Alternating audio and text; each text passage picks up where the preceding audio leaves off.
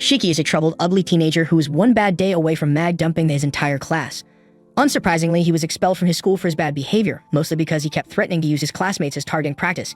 He tries to act like he doesn't care about the fact that he got expelled, but honestly, with the way his life is going right now, he knows he's probably going to be stuck flipping burgers at Mickey D's for the rest of his life. A few moments later, Shiki's dad comes charging into the room and smacks Shiki on the head because he just received the letter informing him of Shiki's expulsion. He can't believe Shiki went and got himself expelled from school like that, and he's so mad that he tries to smack Shiki again, but Shiki already adapted to the attack pattern, so he dodges and jumps back onto his bed. His dad calms himself down after that, but he still wants an explanation from Shiki because he wants to know why he was expelled.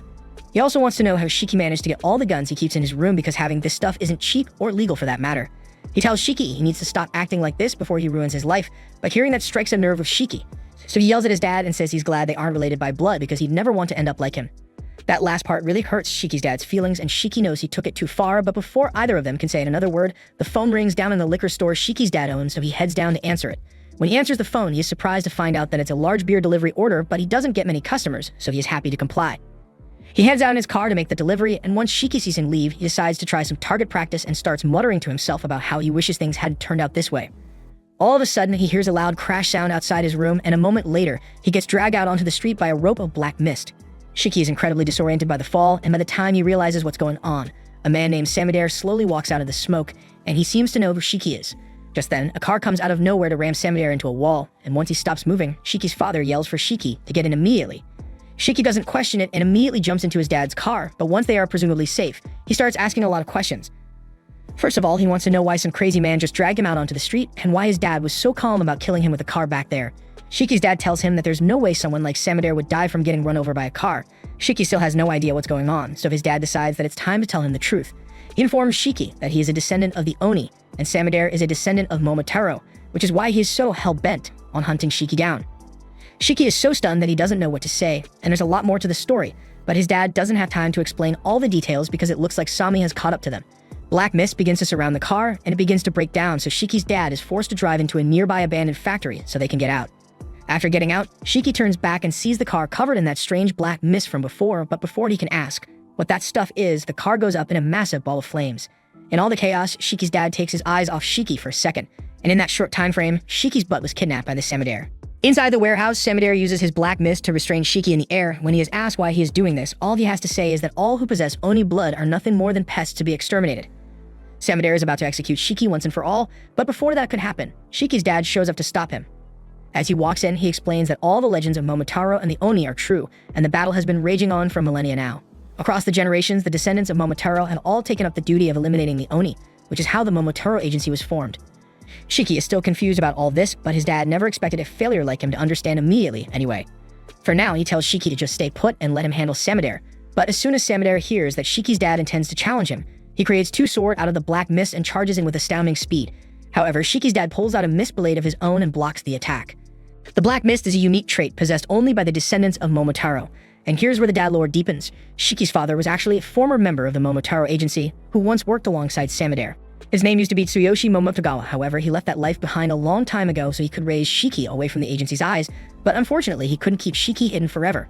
Samudare asks Tsuyoshi if he has forgotten just how dangerous Oni truly are, but Tsuyoshi doesn't want to talk about it. All he wants to do is protect Shiki. Tsuyoshi puts up a good fight against Samudare, but Sami eventually catches him lacking, and in an instant, Tsuyoshi's chest is cut open. He falls to the ground unconscious, and Shiki is horrified by what he just witnessed. He starts yelling at Sami for hurting his dad, so Sami turns to him and prepares to finish Shiki off. But with the last bit of strength he has, Tsuyoshi grabs his leg to stop him from getting to Shiki. Sami asks why Tsuyoshi would go so far to protect an Oni kid, but he says if father doesn't need a reason to protect his son. Shiki may not be the best student or person for that matter, and he may have Oni blood in him. But he has never hurt anyone before, so Tsuyoshi asks how Sami could possibly bring himself to kill an innocent child like this. Tsuyoshi's words sting because he has been having regrets about everything he has done lately, but he doesn't want to listen to this anymore, so he summons his sword and prepares to finish Tsuyoshi off. Shiki is helpless as he watches his father about to die at the hands of Sami, and the only thought going through his head right now is how much he wants to kill Tsuyoshi.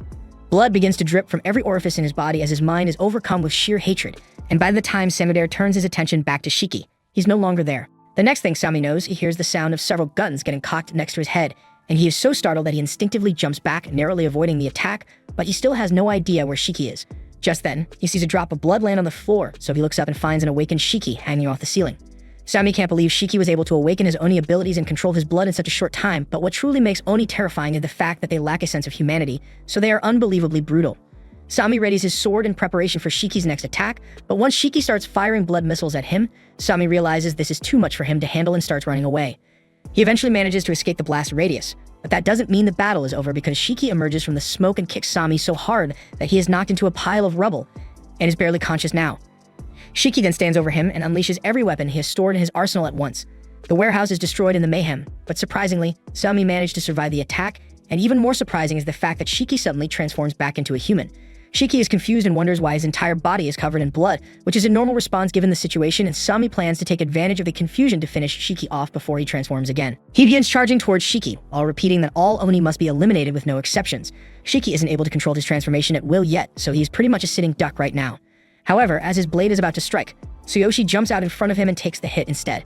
Sami can't believe that Tsuyoshi would go as far as to sacrifice his life for an Oni, but Tsuyoshi recalls the good old days he spent with Shiki, and he honestly doesn't mind dying here since he got to live a fulfilling life. Samidare has grown tired of this fight, and all the destruction they cause is starting to draw the attention of the crowd, so since the Momotaro agency must remain secret, Samidare withdraws for now and fades away into a mass of black mist. Once Samidare is gone, Tsuyoshi collapses into Shiki's arms and Shiki is really worried about him, so he says he's going to call an ambulance, but Tsuyoshi tells him that no hospital can save him at this point. It's only a matter of time before he dies, so he would like to talk to Shiki one last time. First of all, he apologizes for keeping the truth from him all this time, but it's not exactly an easy topic to bring up in conversation.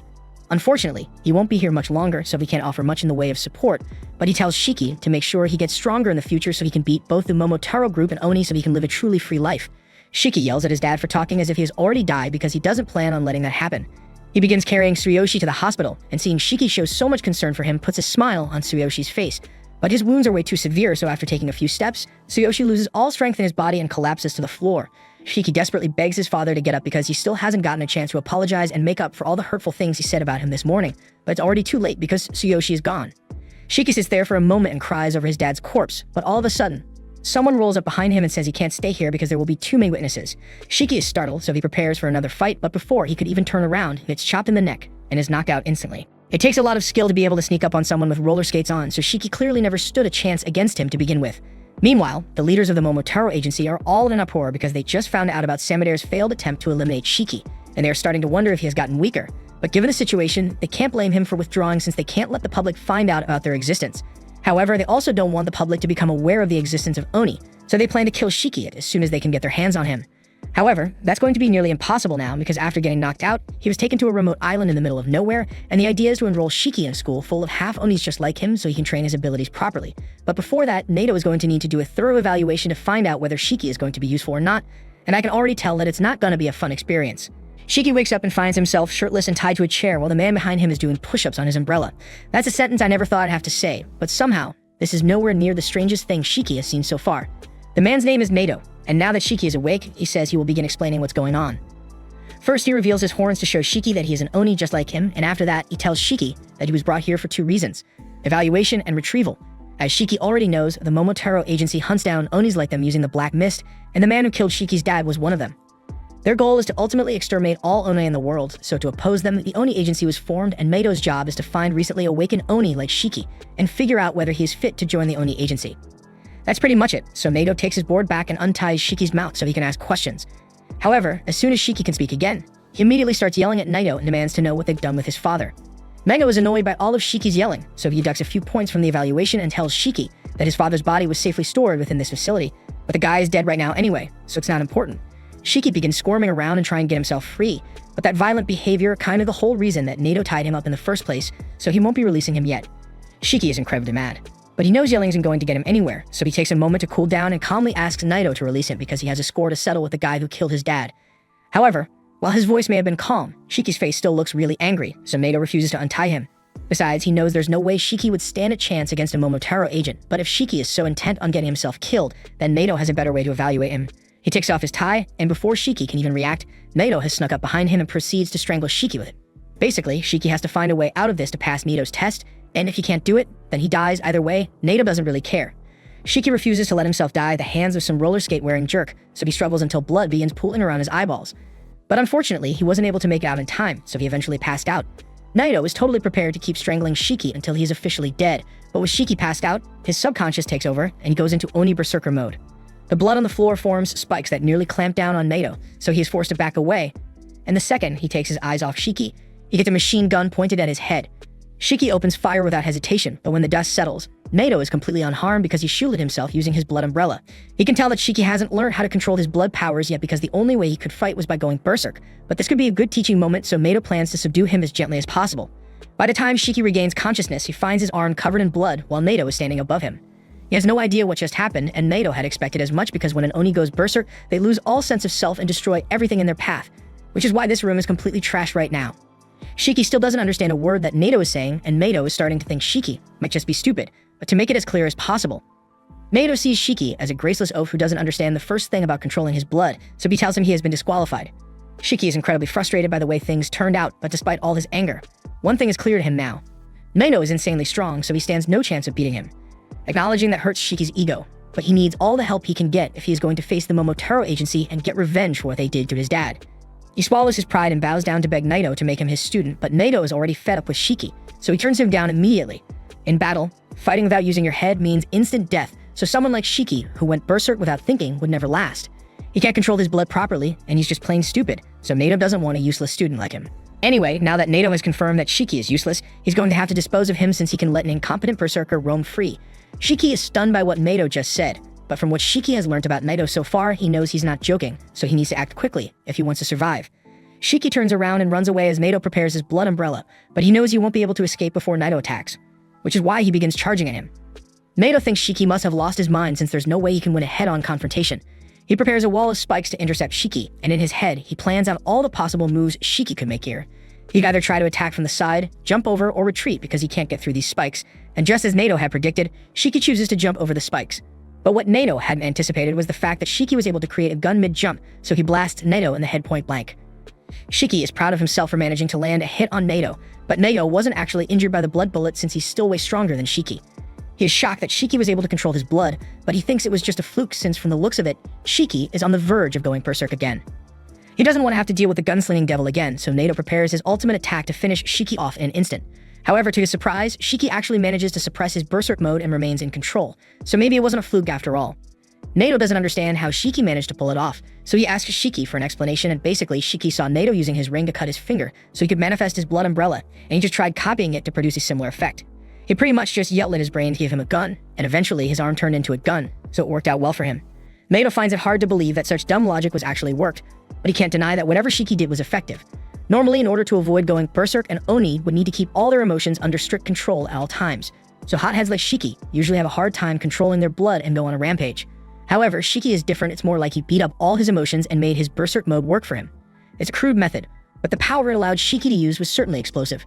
Shiki tells Naito that all he wants is to get strong enough to kill the man who killed his dad, so Shiki promises he will do his best to learn whatever Naito teaches him if he is willing to make him his underling. Shiki is being very sincere right now, and Naito can see that, but he still rejects Shiki's request. What Shiki did just now was nothing short of a dead man's gambit, and he had no backup plan ready in case he did end up losing control, so Naito still thinks he is incompetent. However, that doesn't mean Shiki is completely hopeless, so Naito has decided to take him in as a student after all, so he's canceling Shiki's execution. He won't explain what Shiki did to change his mind, but what's important is that he thinks Shiki has potential and he doesn't want to see that go to waste. The island they are on is called Onigashima, and at its center is a school built specifically for Oni, the Resetsu Academy. He tells Shiki that the academy is a military school which trains Oni to fight against the Momotaro Agency, but Shiki is more concerned about the fact that he's apparently on an island right now. Naito pokes Shiki in the face for talking about irrelevant stuff while he's still in the middle of his explanation, and then he goes on to state that he's the homeroom teacher at this academy, so from now on, he will be in charge of Shiki and the other students. Shiki will have to live, train, and fight every other day so he can eventually handle the Momotaro agents, so he had better be ready. But Shiki's brain was overloaded by all the info Naito just dumped on him. There's still a lot that Shiki doesn't understand, but at the end of the day, he doesn't care what he has to do as long as he gets strong enough to get revenge. A little while later, Naito leads Shiki to a changing room so he can put on his new school uniform, and Shiki feels a bit odd since he didn't think he'd ever have to wear a school uniform again after he got expelled from his old school. Naito tells Shiki that there are a few other students in his class, but among all of them, Shiki is the weakest by far, so he better not pick any fights. By the way, Shiki asks Naito where his dad is, so Naito explains that they kept Shiki's dad's body in the morgue, and the arrangements for the funeral are his decision to make. Shiki's cheerful mood drops when he is reminded that his dad is dead, but Naito tells him there's no use beating yourself up over your regrets. Instead, he should focus on becoming stronger so he never has to experience that kind of regret again. With that said, Nato doesn't want to waste any more time standing around here, so he starts skating away and tells Shiki he only has 15 seconds to make it to class before he's late. Shiki doesn't think that's fair, but he doesn't have a choice, so he runs as fast as he can to catch up to him. They eventually arrive at the class door, and Shiki is trying to figure out what the coolest way to introduce himself to the class would be, but Nato hates wasting time like this, so he just kicks Shiki in and Shiki falls flat on his face, giving himself a nosebleed. Once Shiki realizes his nose is bleeding, he asks the first person he sees to give him a tissue, but Jin tells him to just shut up and be quiet. Jin's response pisses Shiki off, so he gets all up in Jin's face over it. Jin isn't the only other student in this class. There's Kuina, Juji, Homer, and Akari, a day one crash out. But right now, Shiki couldn't care less about the others because he has a score to settle with Jin. Just then, Shiki and Jin suddenly find themselves sitting next to each other with Nato standing behind them, and neither of them could sense Nato move just now, so they are both scared stiff. However, Shiki still complains that he doesn't want to have to sit next to someone like Jin. Unfortunately, Nato couldn't care less about Shiki's personal beef, so he carries on with the class announcement and informs everyone that today they will be playing a game of tag. Shiki is confused and thinks tag might be some sort of code word in the school, but no, it's just a game of tag. Nato says the students will have to make their way through the forest and arrive at the goal in order to win, but Nato will be coming after them, and anyone he catches will be expelled on the spot. To make things a little fairer, he says he won't use his blood at all, while the students are allowed to use as much blood as they want. However, he warns that if they go berserk, then he will be forced to use his blood as well, and it won't end well for them. Jin asks Nato what happens if they accidentally kill him during this game, and Nato answers that if anyone is able to kill him, they will immediately graduate and get assigned to a unit of their choice, so they are welcome to try, but he won't make it easy. Everyone seems excited about the game now that they know about the rewards, but Shiki seems a little hesitant because he still isn't used to all this. However, the little discomfort isn't going to stop him from giving it his best shot, so he tells Nato to bring it on. But before that, there's one more rule Nato forgot to mention. In order to win this game, they are going to need to have one of these balls when they cross the finish line, but handing it to them would be too simple, so Nato throws the ball's way out into the forest. He then splits everyone up into different groups, and the first group comprises Homer, Shiki, and Jin. The second group includes Ikari and Juji, and the third group will have Rokuro and Kuina. The groups with 2 members will have to fight against each other for 1 ball to complete the objective, but as for Shiki's group, the 3 of them are going to have to compete for 2 of the balls, and whoever fails to get ball will be expelled. Shiki tries to object because he doesn't want to be in the same group as Jin, but Nato tells him that if he doesn't want to participate in the game, then he will be expelled immediately, so now Shiki has no choice but to shut up and go along with the game. Just then, Homer walks up to Shiki and tells him he doesn't need to worry about her because she promises she won't get in his way. But while she's saying all this, the only thing going through Shiki's brain right now is, wow, a girl is actually talking to me. This is the first time anything like this has ever happened to him. So he immediately swears that he will protect Homer to the death, but she wasn't asking him to do all that, she just doesn't want to have to fight. She then goes over to Jin to ask him to take it easy on her, but Jin completely ignores her, so she breaks down in tears and tries burying her face in the dirt out of anxiety. Shiki yells at Jin for making Homer cry, but Jin tells him that if he's so interested in making friends here, then he might as well just quit now, because there's no way he's going to make it to graduation without getting expelled. Shiki retorts and says he has his reasons for being here, so he's not going to let himself be expelled until he has achieved his goals. But knowing Shiki, Jin assumes his goal must be something pointless, so he doesn't take him seriously. Hearing Jin make fun of his goals really pisses Shiki off, so when the game finally begins, he completely ignores the primary objective and chases after Jin to pick a fight with him. And Homer just stands there for a few seconds confused, until she realizes she's supposed to run after them too. In the forest, Jin is jumping from tree to tree, focused on finding the orbs, but all of a sudden, Shiki appears behind him and tries to smack Jin over the head with a stick. He's willing to let a lot of things go, but calling his goal meaningless is something Shiki can't overlook, so he's going to have to teach Jin a lesson. Jin is annoyed by Shiki's constant harassment, but this is a competition after all, so it shouldn't be a problem if he takes the opportunity to beat Shiki to a bloody mess. He then proceeds to take off his gloves and drags his finger across his arms, creating several buzzsaws from the resulting blood. Shiki is shocked that Jin was able to use his blood powers so easily, but he can't let him know that he's impressed, so he tries to do the same thing and bites one of his fingers to draw some blood. Unfortunately, it does absolutely nothing, and yelling in his arm isn't going to make it worse, so Shiki decides to just go after Jin with a regular stick. However, that goes about as well as you'd expect when you're going up bootleg Chainsaw Man, so Shiki's stick gets cut in half, and frankly, he's lucky that his head is still attached to his body. Meanwhile, Homer is walking through the forest looking for Jin and Shiki, since she heard a strange sound coming from this place, but then she trips over a branch and falls face first to the ground, giving herself a bloody nose. She then begins spiraling into depression over how useless she is because she's way too much of a failure to stay enrolled in this school, much less graduate. For a moment, she cheers up because she remembers that Shiki said he'd help her out, but that just makes her feel worse about herself because she can't do anything on her own. For now, she decides to continue heading over to the spot she heard the noises from, completely oblivious to the fact that one of the orbs was nearby the entire time. Meanwhile, outside the forest, the others can hear the sounds coming from Jin and Shiki's fight, and Ikari is starting to get really excited, so he wants to go join in. But Juji reminds them that it isn't their turn yet. Things aren't looking good for Shiki right now because on top of not being able to use his blood weapons like Jin is also way better at fighting than he is, so Shiki is getting his face pounded in. He tries his best to retaliate, but Jin is too fast for him. And before he knows it, he gets knocked to the ground. Jin is getting tired of beating Shiki up, so he tells him to just stay down so he can go complete the challenge without any more interruptions. However, Shiki refuses to give up, so Jin decides to finish him off with a blood slash, but just as the slash is about to connect, Homer happens to walk out from the bushes, putting herself right in the line of fire.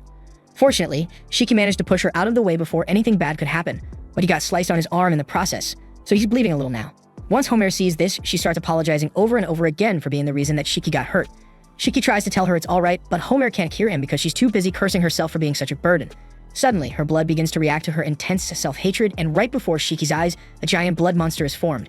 Jin is just as shocked by what he sees, and he already knew that Oni have more blood in their systems than humans do, but even by Oni standards, that's a ridiculously large blood construct. Homer begs both of them to run, because if they don't, then the monster is going to kill them, and there's nothing she can do about it. While all this is going down, Nato is somewhere else in the forest, waiting for the students to get their act together, when all of a sudden, he is visited by the school principal.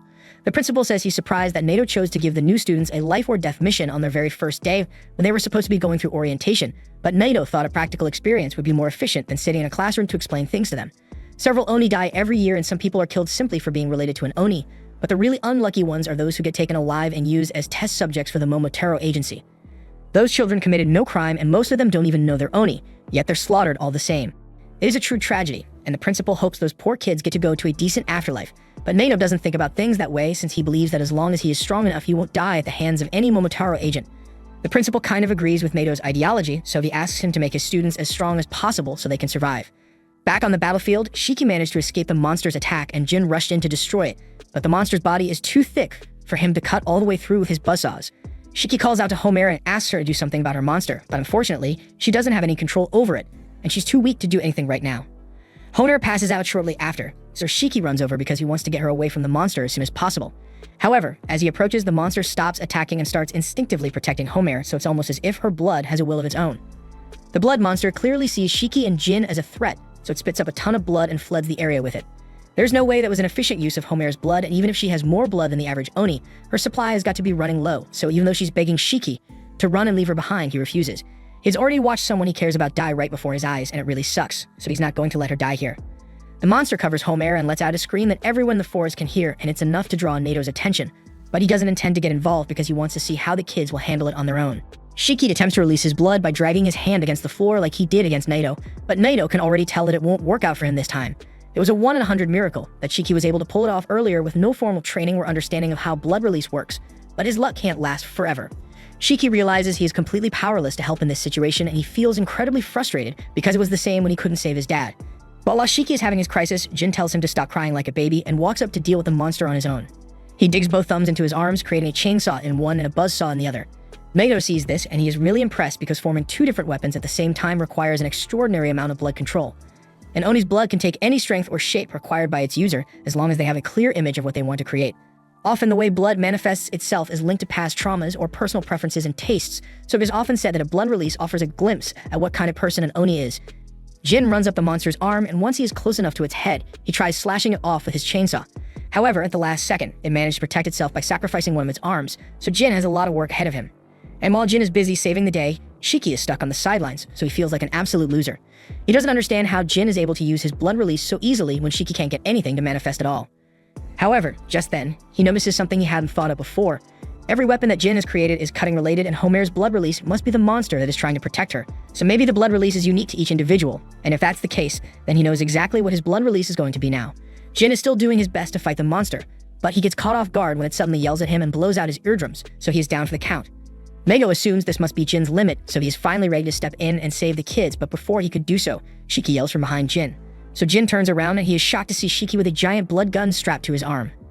The monster tries squashing Shiki as soon as it notices him, but he manages to dodge and braces himself against the ground before firing a blast that completely obliterates the blood monster in one go. The power of that blast was so immense that it actually somehow made it start raining, even though that doesn't really make much sense. But as impressive as it was, it took a lot out of Shiki, so a moment later he falls to the ground.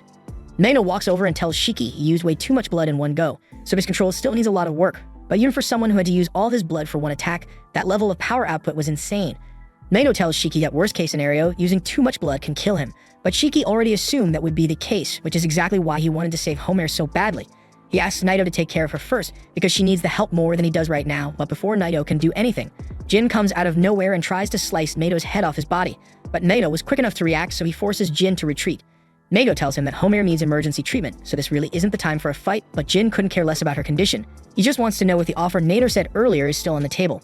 Nato confirms that if Jin can kill him, he will graduate immediately and be sent to any squad of his choosing, but that's only if he can pull it off.